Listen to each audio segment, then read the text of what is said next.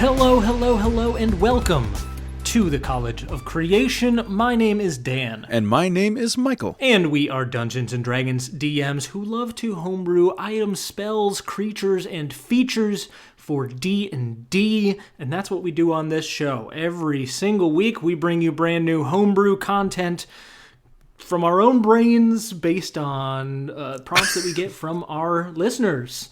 We got a heater of a prompt today. We've been back form so well here. Last week, we made subclasses once again, back into our sweet, comfortable spot. Subclasses, they were sorcerer, or in your case, rogue subclasses. A rogue, yeah. Around the soul, or ghosts, spirits, that sort of thing. Yeah. Very cool stuff. Very cool stuff. And this week we got a prompt for another subclass, an Astral-themed barbarian. So something like cosmic, something in like the Spelljammer vibes. Great stuff. How did you feel about this prompt? I, for one, had a grand old time figuring this one out. I felt great. I had an idea right away that I scrapped very quickly, found my new concept, and I went very, very specific. And I'm not mad about it. I think that it kind of goes with the theme of barbarians being a more accessible class. There's not a lot of things to keep track of in my subclass. So it's good for people that want a little extra flair for a barbarian, but also is accessible for newer players too. So I'm really excited about mine. What about you? I had a great time. I ran into a couple of hurdles just making the concept work in terms of like the actual features. I think I had an issue that I think you've come across a few times of like there's too many things I wanted to put in there. Yeah. And there are only 4 features for a barbarian subclass. You only get 4. You get a 3rd level, a 6th level, a 10th level, and a 14th level. So you don't even really get one that's like way high up either. Yeah, like you do with some of the subclasses. You know, it was a little bit of a pleasant challenge to try and get everything to fit nicely. But I overall am pretty pleased with what I came up with, and especially with the concept that I landed on. Pretty excited about that. That's great. That's great. This week, Michael, I wanted to ask sort of a question, and maybe we could discuss at length. But now that we've had a little bit of time, and we're thinking about some of the 2024 changes, we've talked about some of the things that we like, the things that we enjoy, that we're very excited about weaving into our games. But I was wondering, are there any things that you've come across that you're not sure fit with your playstyle or anything like that, that you're already having viewed maybe some of the spells or some of the other rules, that you just know you're going to homebrew around that thing because it kind of maybe doesn't fit as well? I think there are certain spells and things that I will opt to use the legacy versions of. I don't know that there's a certain framework or mechanic that I have found that I've disliked so far. The one that comes to mind, you and I actually just recently talked about it, the spell Command, which we both loved dearly. That was relatively open-ended as far as what a player could do with it. Right. Has been explicitly reduced to a list of commands through the verbiage, unfortunately. Whereas the legacy version said these are suggested commands that you can use, and you really, under DM discretion, you can kind of command another creature to do whatever you wish within reason. Now it has stated that these commands are the options you have, and nothing outside of them can take place. I will be continuing to use the legacy version of that spell, and some others like it, but I think really for the most part, I am happy with a lot of the changes, with the vast majority of the changes. What about you? Yeah, I agree. I'm mostly happy with a lot of the changes, and really, it is just those detail things, right? It's those it's those nitty gritty like little mechanical things that I really enjoyed. I think Command is a great example of that. I especially think Command is really great. I've been running D&D at a local library for younger kids. We're probably actually going to shift from the high school age group in this library district area. It just doesn't seem to be a point of interest after our first few months of testing it out.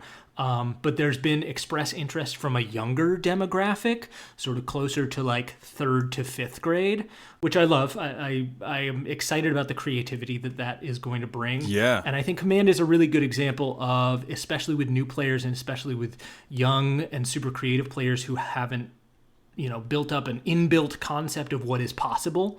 That like Command really opens the door for me to say, when you take this spell, you can, exert influence on another creature to command them to do something as long as that command is held within like a single word. And kids can go nuts with that kind of thing. And I think it does and I think it does sort of take away from the creativity that spell presents to limit it so strictly. To you can only make them stop or fall prone or run away. Like, be creative. Tell them to do whatever you think would be fun and interesting in this moment. I agree. I'm going to keep that.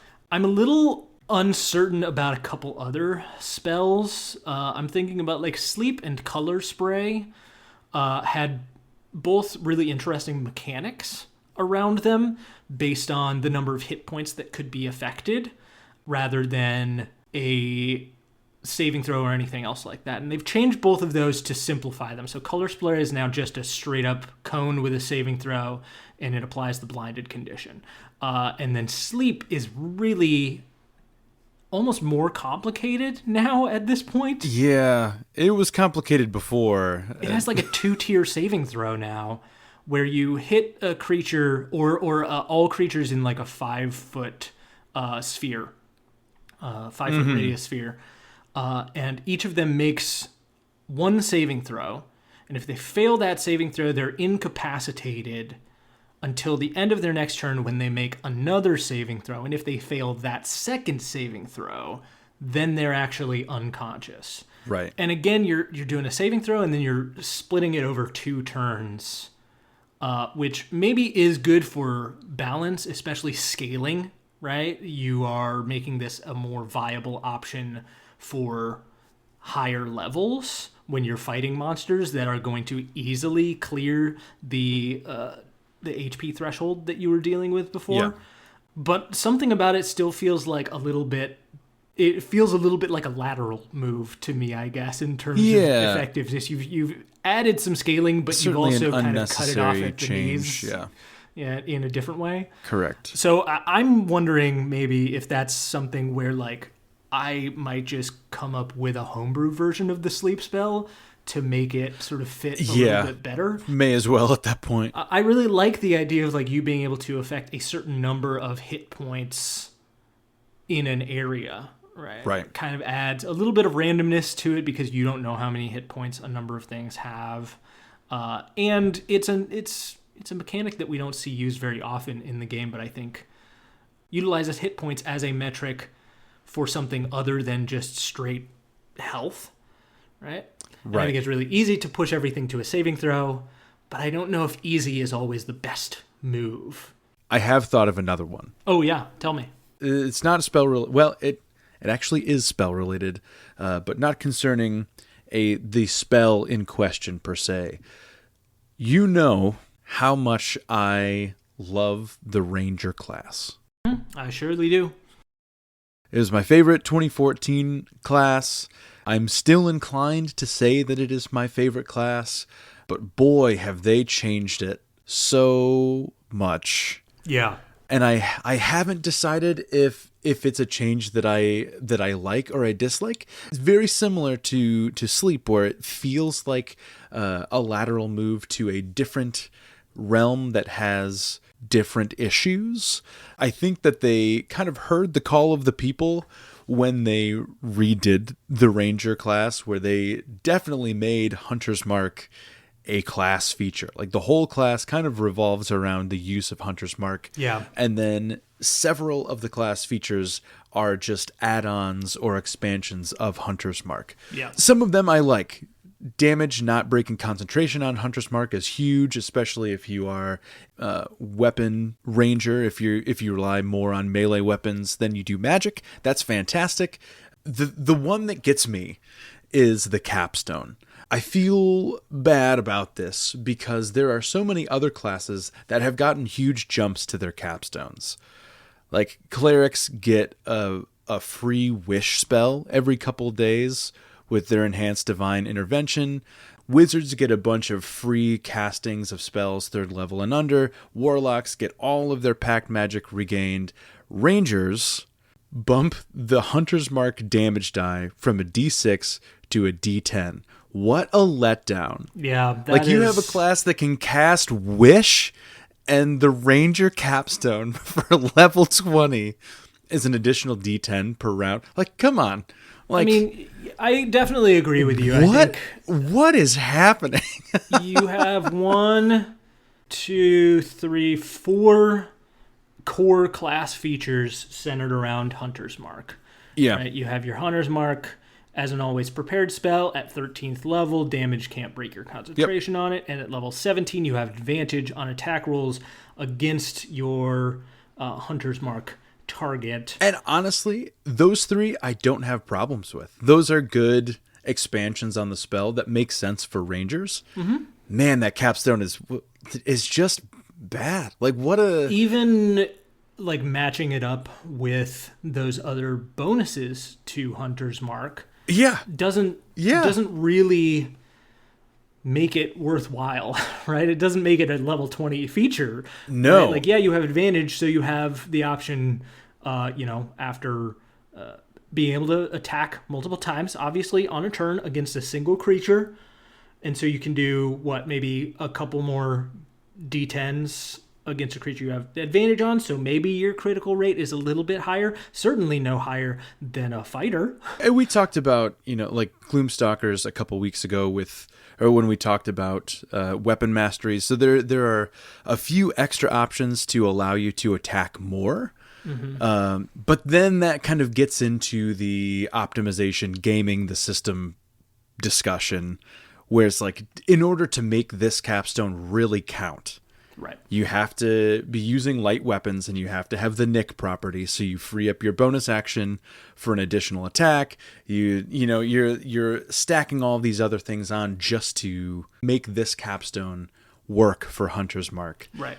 You're forcing the player to do so much extra work, so many extra steps in order to make this a viable option. I'd rather just take one level in something else and cap off my Ranger experience with my epic boon. Right. The extra 4 on the die is not going to make that much difference. And if we're talking averages, obviously, like, D&D doesn't happen in the theoretical. It happens in the actual roll of the dice. But on average, a D6 rolls 3.5 and a D10 rolls 5.5. So that's 2 more damage per hit on average, which is just like, that's not a 20th level feature, when all of these other things have a crazy amount. I'd much prefer something along the lines of, you can have multiple targets marked with Hunter's Mark or something. I don't really know what you do, except for maybe detach it from Hunter's Mark altogether. Give it a unique, I would say just eliminate altogether. Hunter's Mark altogether. Exactly. Well, then because you stack it against the 2014 Ranger, right? Mm-hmm. And it kind of looks better on paper. The old version allowed you to add your wisdom mod to an attack roll or the damage roll of an attack, already not looking great here, against one of your favorite enemies. And you can choose to use this feature before or after the roll, before effects of the roll are applied. And that's once per turn. Assuming by level 20 you have at least a +5, that gives you +5 to an attack or a damage roll. And in this case, assuming you're attacking multiple times in a turn, you're averaging about 5 additional damage, 4 to 6 additional damage with the new version via Hunter's Mark. Yeah. Like, I'd almost rather take the old version because it's at least a guaranteed flat bonus. Well, I don't know what the better capstone is, but there's got to be something more related to... I mean, think of something like Tireless, like the same sort of angle to come at it from.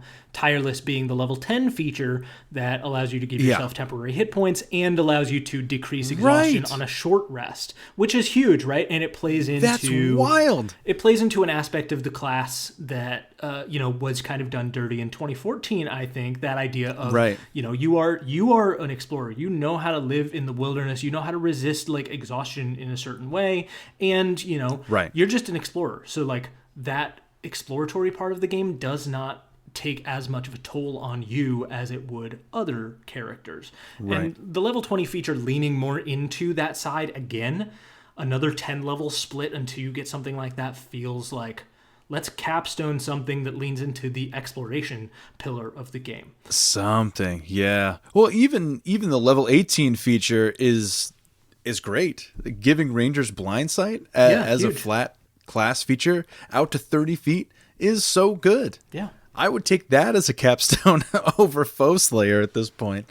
Yeah. Like, that's really nice. It's something that nobody else really is granted.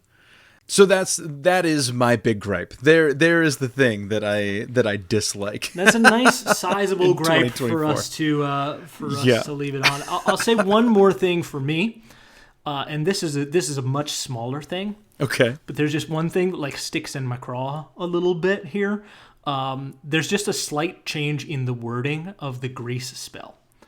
I don't know if you noticed it. I don't know if I've looked at grease. In the 2014 version, the spell starts with slick grease covers the ground in a 10-foot square, and then et cetera, right? All of the effects are the same in the 2024 version, except the wording changes to this.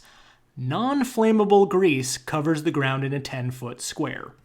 So they have written into the rules explicitly that you cannot you can't set it on fire. Set this grease on fire, which is rude. Okay? That's just a combo that like is a fun thing to let your players do. Right. Put down some grease, set it on fire. Set it on fire. Like, I don't know how many parties I have either been in or DM'd for that will set everything on fire whenever possible. Right. And grease is just a nice, easy way to get that started. Fun. Players like having fire around. It's a very cinematic situation, and I am going to allow my grease to 100%. Be set on fire 1,000% forever and ever. Yeah. You cannot take that away from me. What a bad change. What a bad change. And so easily left out too. Yeah. Why'd you have to use that verbiage of you didn't just need to do that. You knew it. They knew what they were doing. Yeah. They absolutely knew what they were doing. You're just eliminating fun. You're reject just your reality and substitute fun. My own. That's the deal. I reject your reality and substitute my own. Well, with that, Michael, I think that's good enough for us here. I think would you like it's to get time into to move it? on.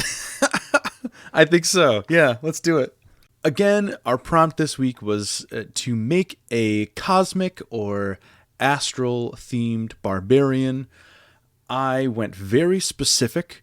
Mine is called the Path of Singularity. Singularity, in the broad sense, is kind of a core or a single unit within a larger mass of things. In the case of space and kind of cosmic entities, a singularity is the core piece of matter, grouping of matter within a black hole. So, Dan, if you would open your document, this is the Path of Singularity, and it is based around the use of a black hole. I would be lying if I didn't have this as a thought that crossed my mind, but I did not follow that urge. I went in a different direction, so I'm glad. Perfect. So this is the Path of Singularity. The stretches of the Astral Sea are vast and rife with mystery. Dotted with pockets of cosmic wonder, wild space is a breeding ground for events both powerful and chaotic. dedicated to the traversal of such an unpredictable landscape has driven you through your trials, and you have collected trace amounts of cosmic magic to aid you along the way. This barbarian subclass utilizes an astral DC in several places, and that equals 8 plus proficiency bonus plus your strength modifier. So at third level, we have 2 features here, the first of which is called Event Horizon. The mysterious powers of the dark cosmos can benefit you. As a bonus action, you can emanate a 5-foot radius black hole around you. Whenever a creature of your choice enters the emanation or begins their turn there, it must make a strength saving throw against your astral DC. On a failure, it is restrained. Creatures restrained inside of the event horizon are moved with the emanation wherever you take movement. So once they are restrained inside, they move with you, and they don't take their own movement. They just are pulled along wherever you decide to go. Your event horizon lasts for 10 minutes unless you dismiss it as a free action or you fall unconscious. Oh, and this doesn't require you to be raging to do this. You can just do this outside of rage. It does not. It does not. Cool. One of my big gripes with the Barbarian class, specifically a lot of the 2014 versions of the subclasses, really revolved around being raging for all of the subclass features, which takes out like 80% of the game. Like, why do you even have a subclass for most of the time? It just restricts you to leaning into the trope of the class, which is you're just a combat class, which is not true. I refuse to believe that. I did struggle with that too. I ended up tying basically all of my features to rage, but I definitely felt at many points like, you know, I could probably untie this from rage. And I was feeling weird about it because I was like, but all the other subclasses do that. But you've given me... Gotta break the mold, man. You vindicated me here. And I think going back over it, when I go to edit, I will probably detach some of the features from rage. A disservice has been done to Barbarians. Precedent is that everything is rage-based. And it shouldn't be. As I lead into a rage-based feature here. The second third level feature is called Frostline. When you enter your rage, you are under the effect of the Armor of Agathis spell. The number of temporary hit points and amount of damage dealt increases as if the spell were to be cast at higher levels based on the table below. Once you hit third level and you gain your subclass, your temp hit points are as if you've cast it at level 1 with 5. And then at level 6, you have 10. At 9, you have 15. 12, you have 20. 15, you have 25. And by level 18, you, upon entering rage, gain 30 temporary hit points and deal 30 cold damage if you are attacked.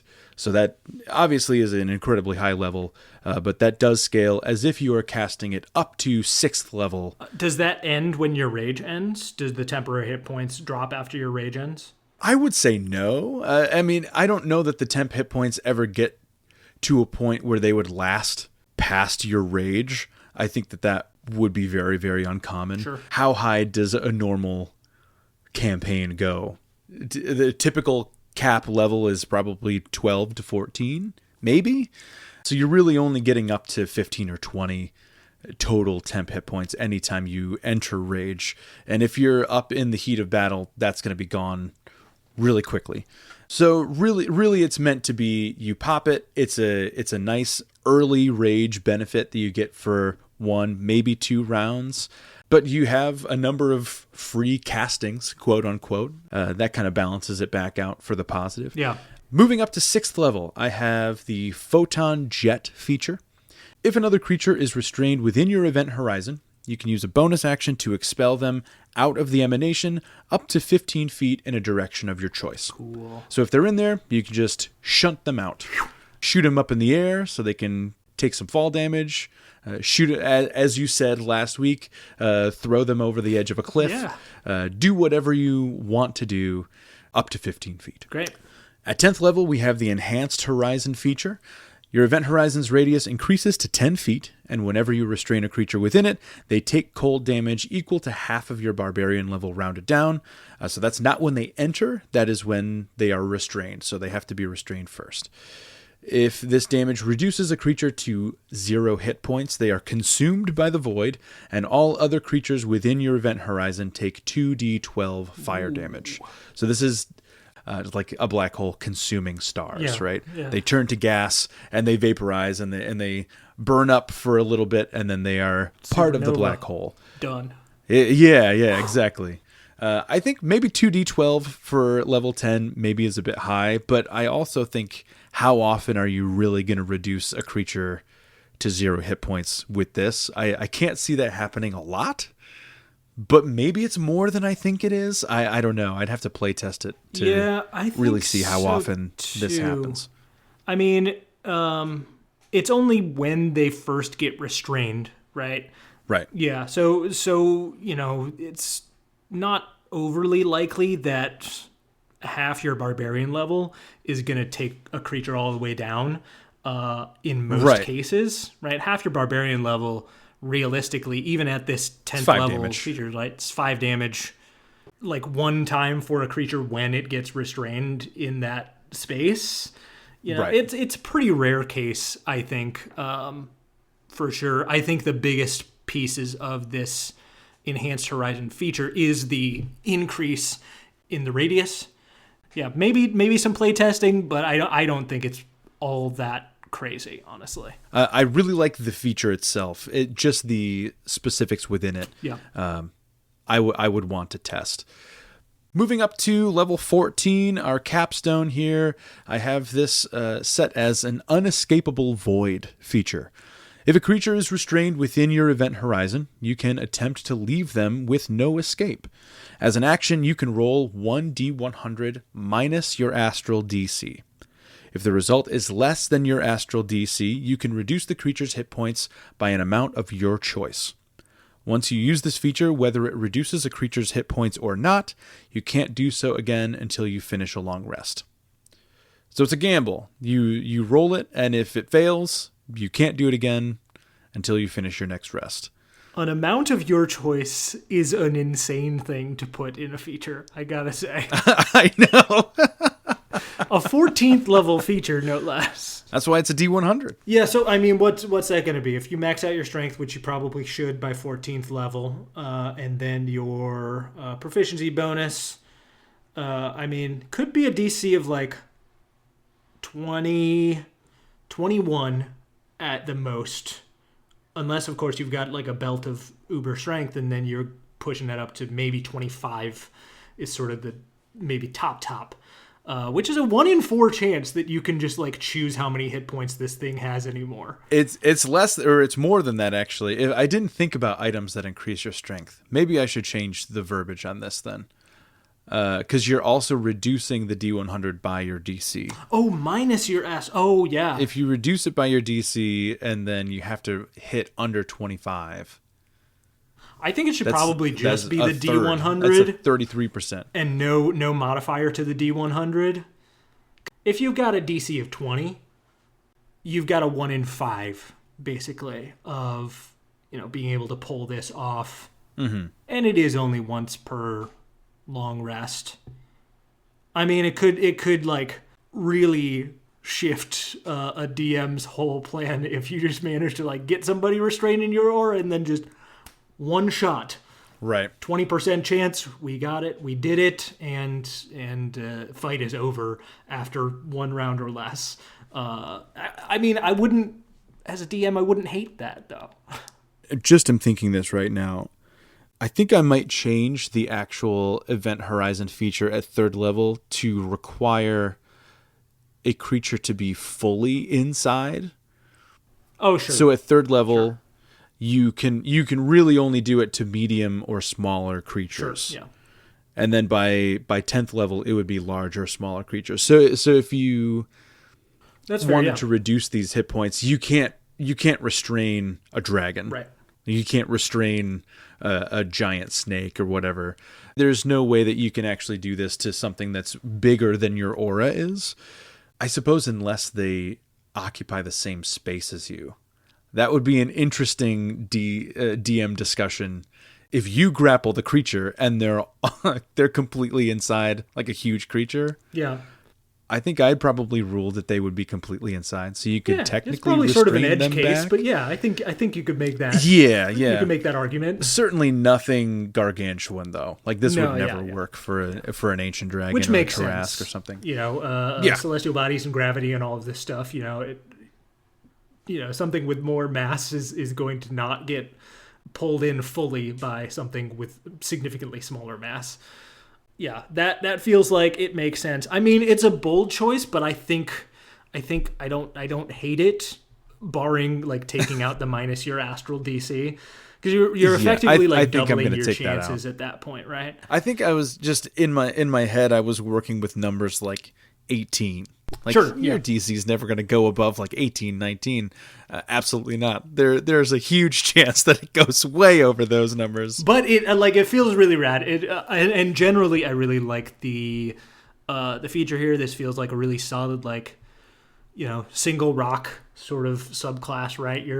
Your black hole pulling things towards you also feels really in line with tanky stuff, right? You can have the option, of course, to push things away from yourself, but ideally things are forced to move with you, and so are more incentivized to try and attack you than anybody else, any of your friends, which is core barbarian stuff, right? And that's the strategy I kind of thought about here.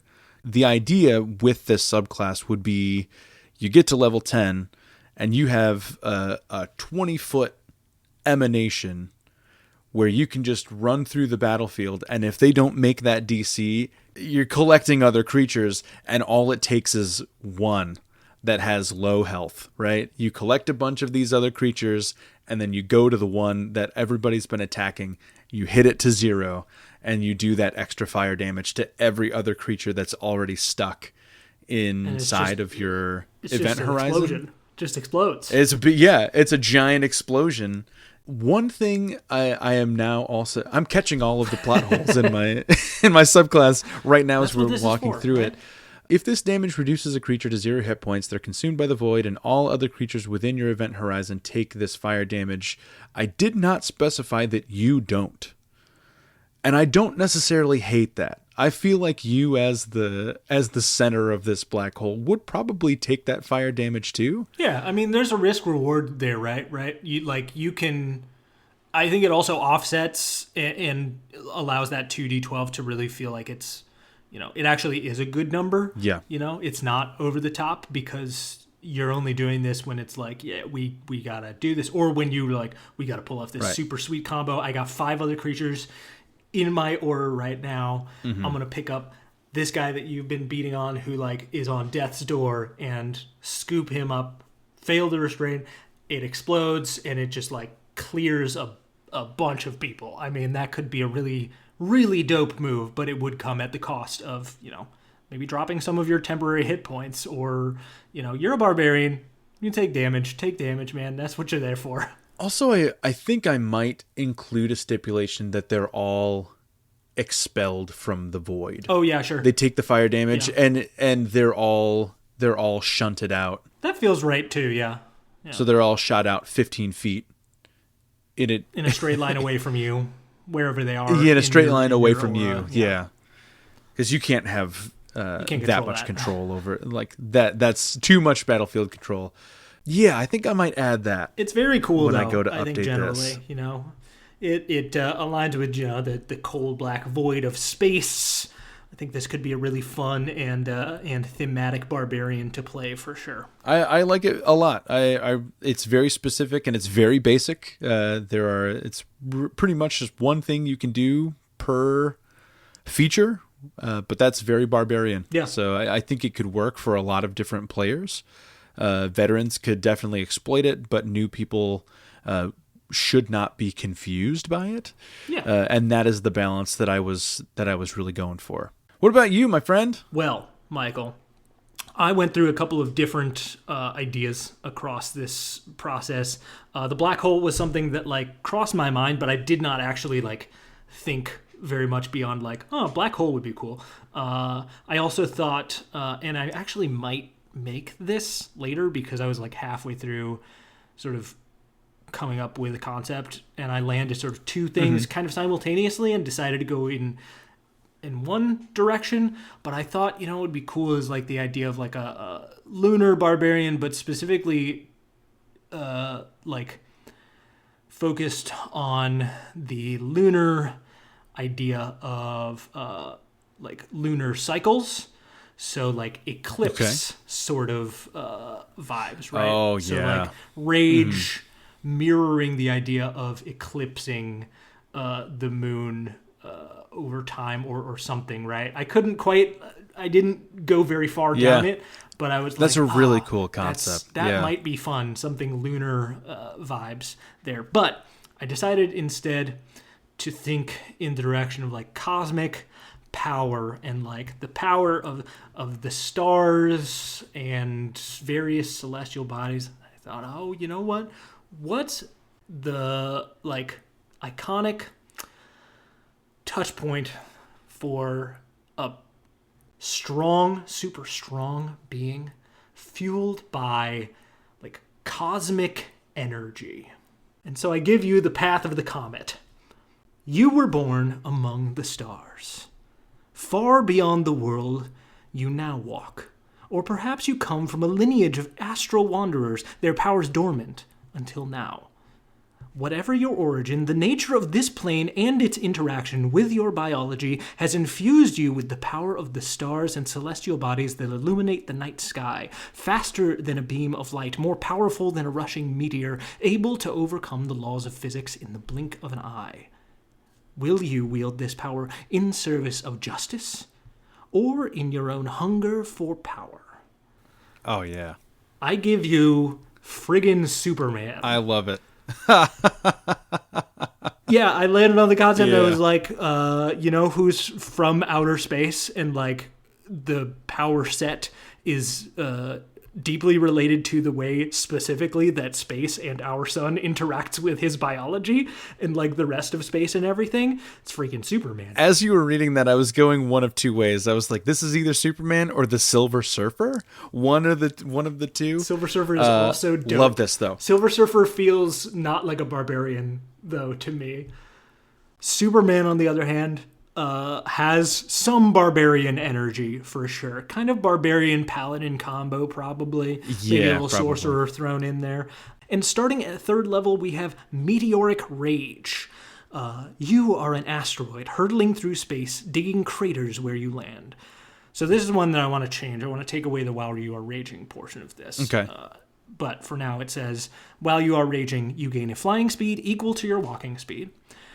Additionally, when you are flying, if you move at least 20 feet in a straight line and then land, you can force each creature in a 5-foot emanation from you to make a strength saving throw, DC 8 plus your strength modifier plus proficiency bonus, or take force damage equal to your rage damage bonus and be knocked prone. Yeah, superhero so you landing. can just like 3-point landing, incredible, big ol' crater where you land. But I do like that being something that you can just always do. You can just fly. Always do. You should just be able to fly, regardless of rage. At 6th level, you gain Light Speed Rush. You move like a shooting star.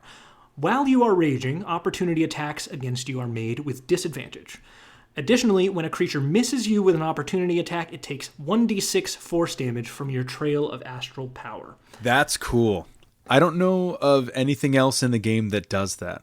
Like specifically with opportunity attacks, when you fail, it's pretty much a win-win situation with an opportunity attack. You either hit or you're like wherever you already were.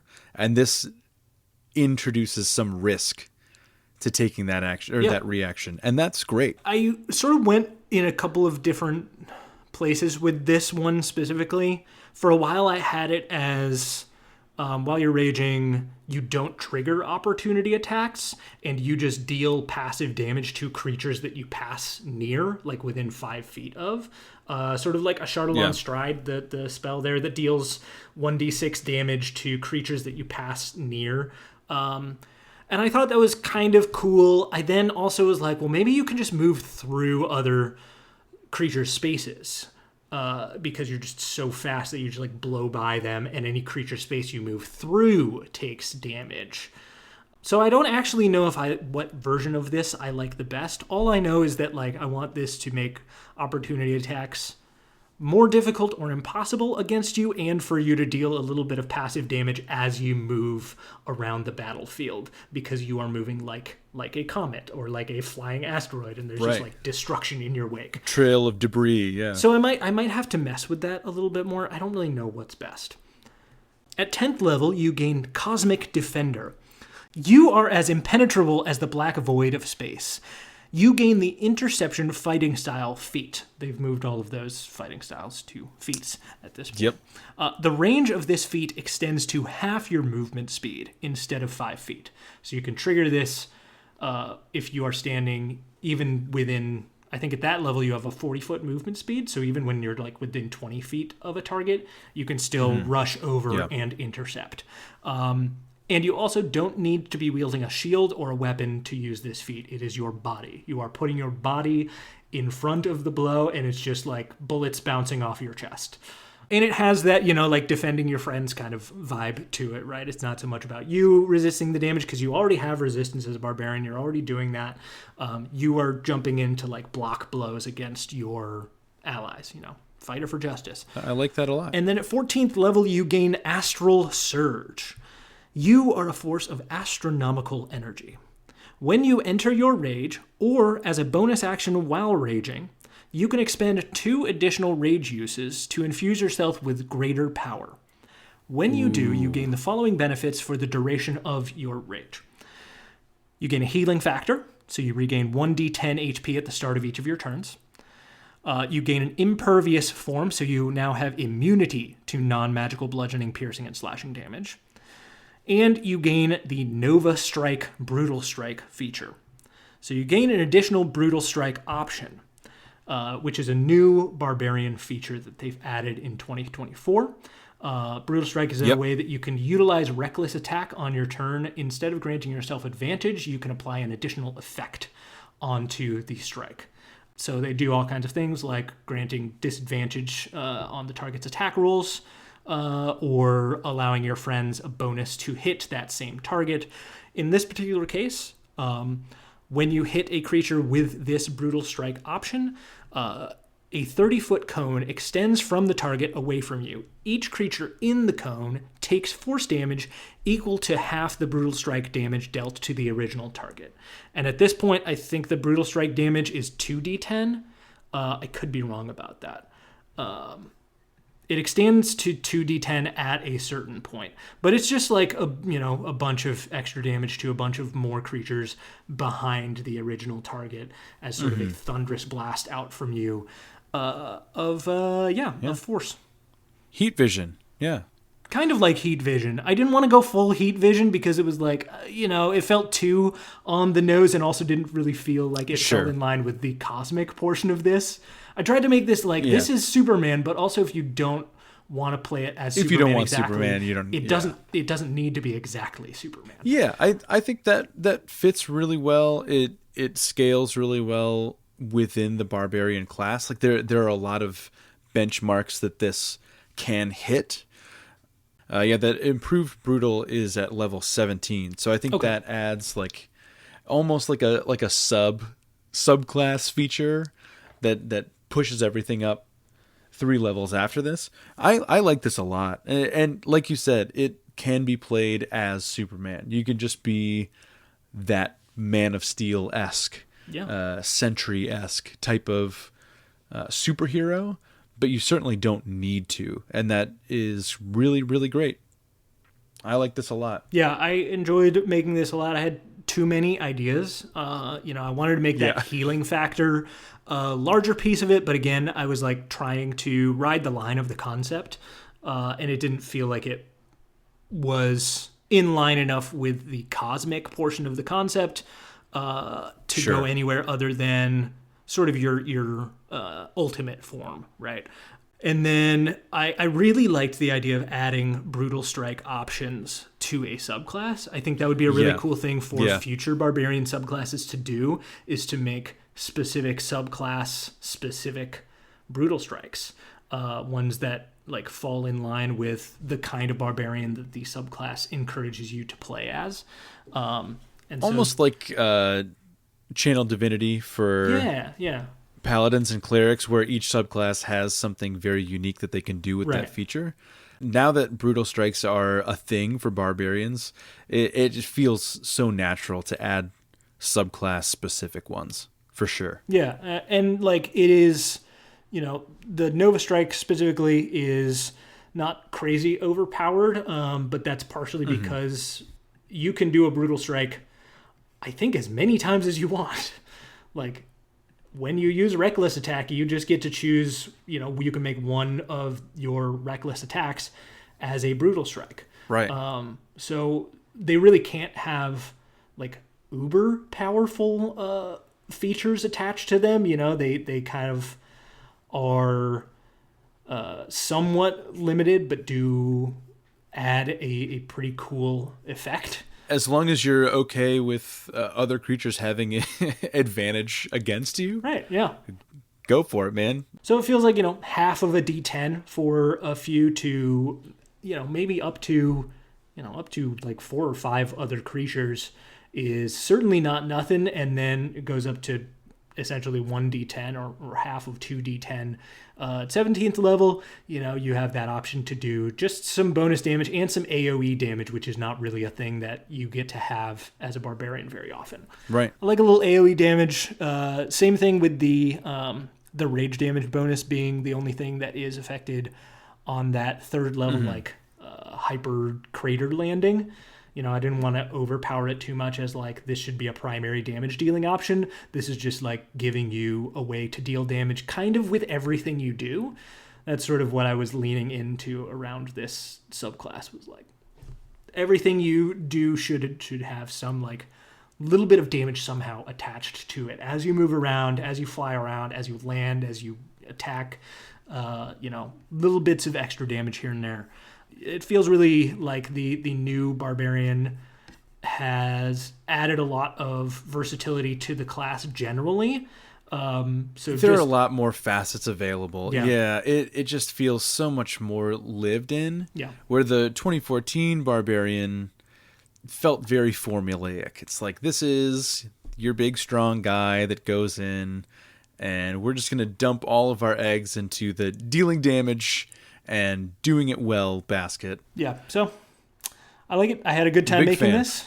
I also had a good time finding the formatting stuff for this. I found some like very Jack Kirby-esque comic art here for the background that I quite like a lot. Looks good. As always, Michael, we're really in our bag these days. Yeah. I felt very good these past few weeks. When I first started homebrewing a lot, I was working for an online magazine for a while, and primarily my job was creating new subclasses.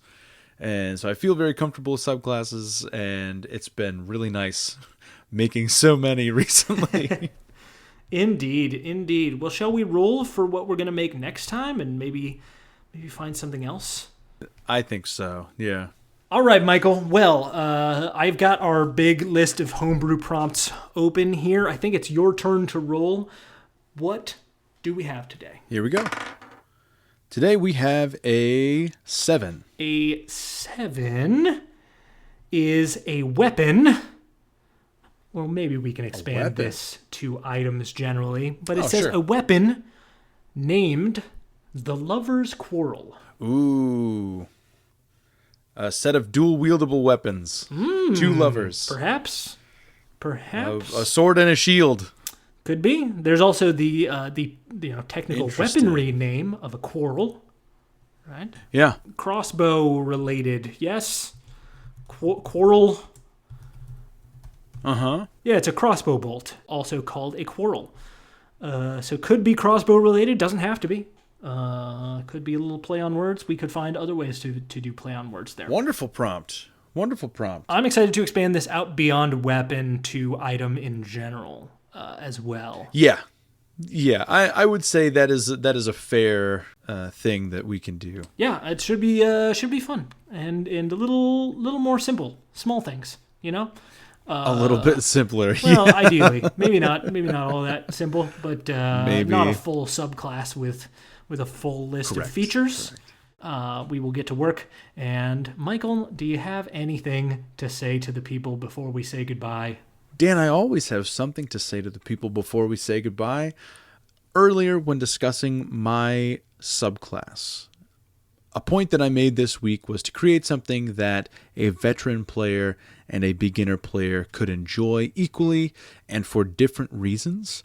In that vein, I encourage DMs and players out there to mix their tables with newer players and more experienced players.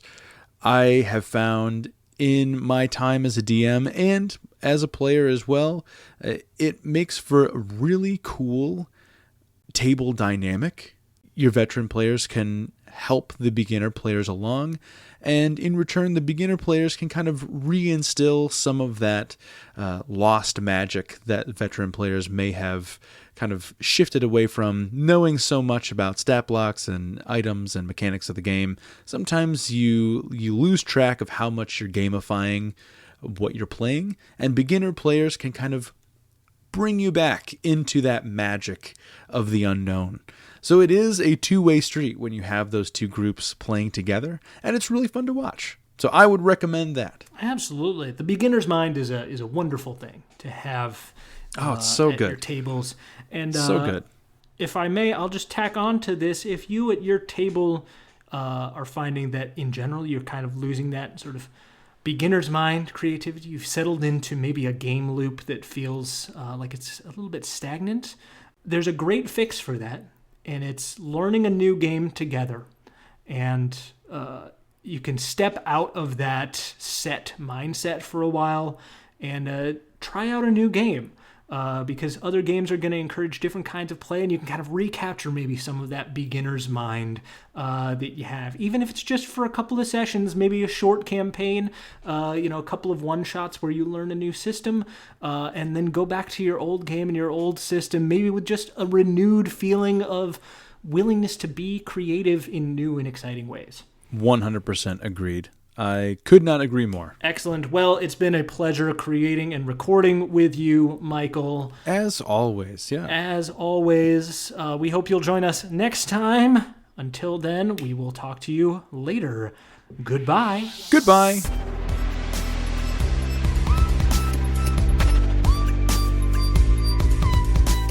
Hey everyone, Michael here. Thanks for listening to this episode of the College of Creation. If you want to see our creations from this episode and all of our past episodes, you can find those for free on our Patreon page. That's patreon.com/College of Creation Pod. If you feel like supporting us further, you can become a patron and access a few bonus recordings, like top 10 lists, D&D related games, and conversations that were cut from full episodes for time. If you have any questions or a homebrew prompt you'd like to see Dan and I tackle on the show, you can send those to collegeofcreationpod@gmail.com. And our intro and outro music is by Fuserwolf. You can check out his content on Bandcamp and Spotify. Again, thank you all so much for listening.